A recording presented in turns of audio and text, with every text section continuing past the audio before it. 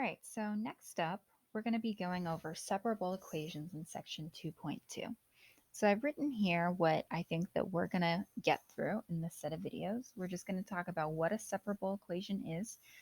Knowing that is important so that you know when to use this method. Then we're going to talk about how to solve separable equations. We're going to do some examples to kind of demonstrate that. And then one important point of this type of equation is that we need to know how to take care of initial conditions. They're going to just be like two different approaches to that.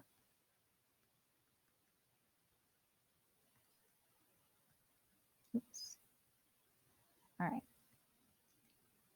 So I don't know if you have noticed, but the kind of to-do list for this section is a little bit shorter than the previous sections. There's a lot less kind of background and intuition building and laying the groundwork at this point. We're going to just be talking about a type of problem and how we solve it.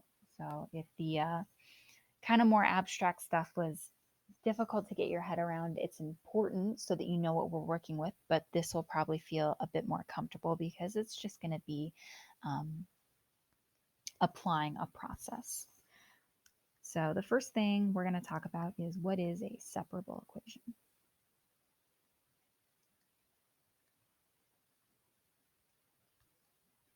And so this is just a type of differential equation.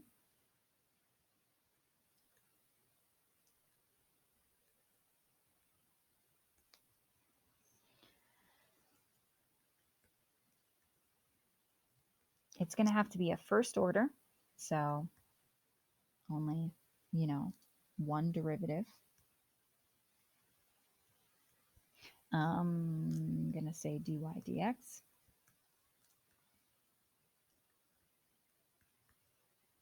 And it's going to have this special form. You're going to have to be able to write dy dx is equal to g of x times h of y. So over here is how we know it's a first order equation. And over here is what's going to make it separable. Because you can separate into two separate functions, the part related to x and the part related to y.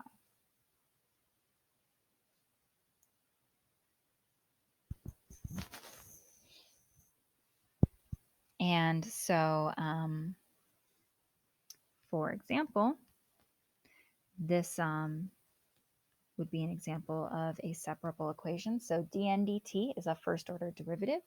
And if I wrote some r of t times n times k minus n, so for example, let's say I said t squared plus 1 times n times k minus n, and I would have here is my h of n, and here is my g of t.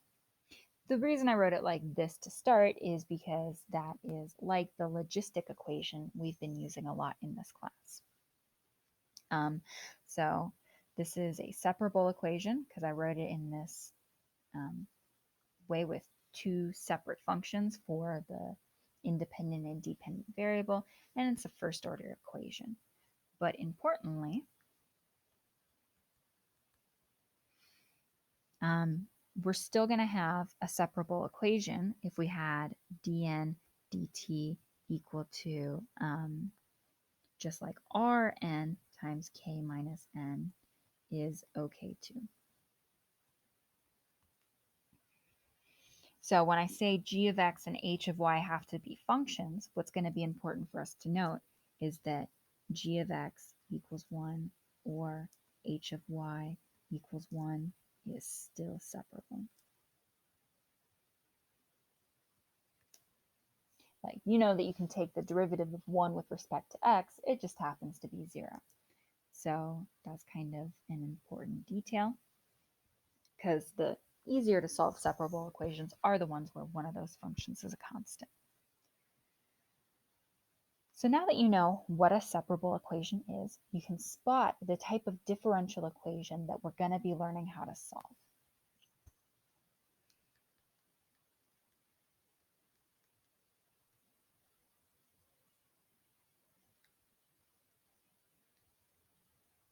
So this right here is going to be the steps we'll use every time you see this type of differential equation, first order separable, and want to solve it. And what you're going to do is you're just going to move the variables to opposite sides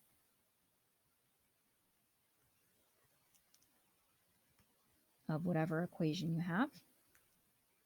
And then you're going to integrate both sides.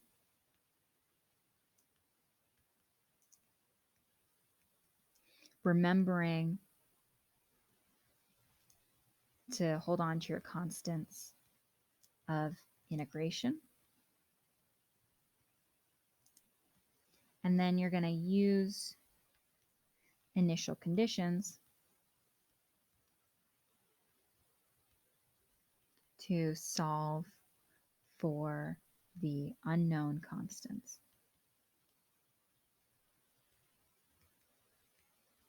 So those are like the 3 steps to solving a separable differential equation with initial conditions.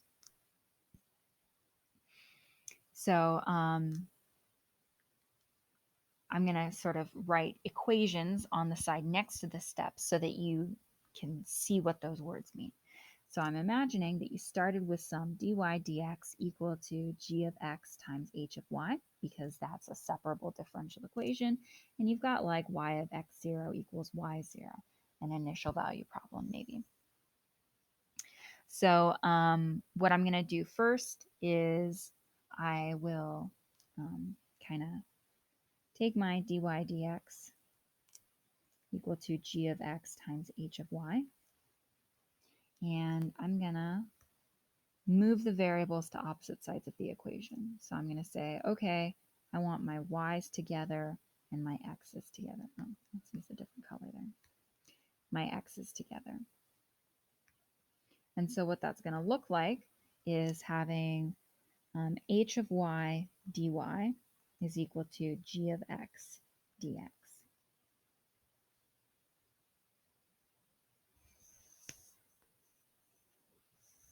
And then what I'm going to do is I'm going to integrate both sides of the equation. So I'm going to have,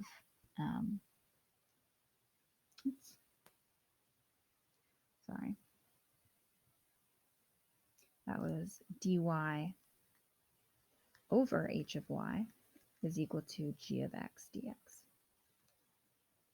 I just wrote that arrow, and so I like put it on top for some reason. Anyhow, then I integrate both sides. So I say, okay, dy over h of y integrated would give me the integral of g of x dx.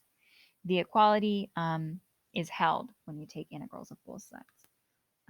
Important to note is that this integral over here is going to be with respect to y, and this integral right here is going to be with respect to x. And then in step 3, what I would do is I would be able to integrate both of these equations just using methods from Calc 2. And I would end up with sort of on the left-hand side, something that has y's in it, plus a constant. Maybe like, it would be a function of y's. So let's actually put the constant separate. So some kind of functions of y plus a constant.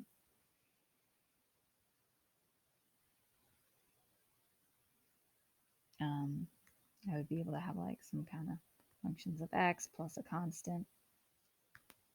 And really, it only needs one constant. They'll combine together, but don't worry too much about that for now. And then you would just solve for c using the initial value problem by plugging in values. But it's kind of hard to represent that when we're just doing this abstract idea. So hopefully these pictures will at least help you kind of see how we're going to solve this problem, and then it'll become more clear when we have the examples to do. But that's just the steps to have in one place, because I think it helps to have an outline. So in the next video, we'll do our first example.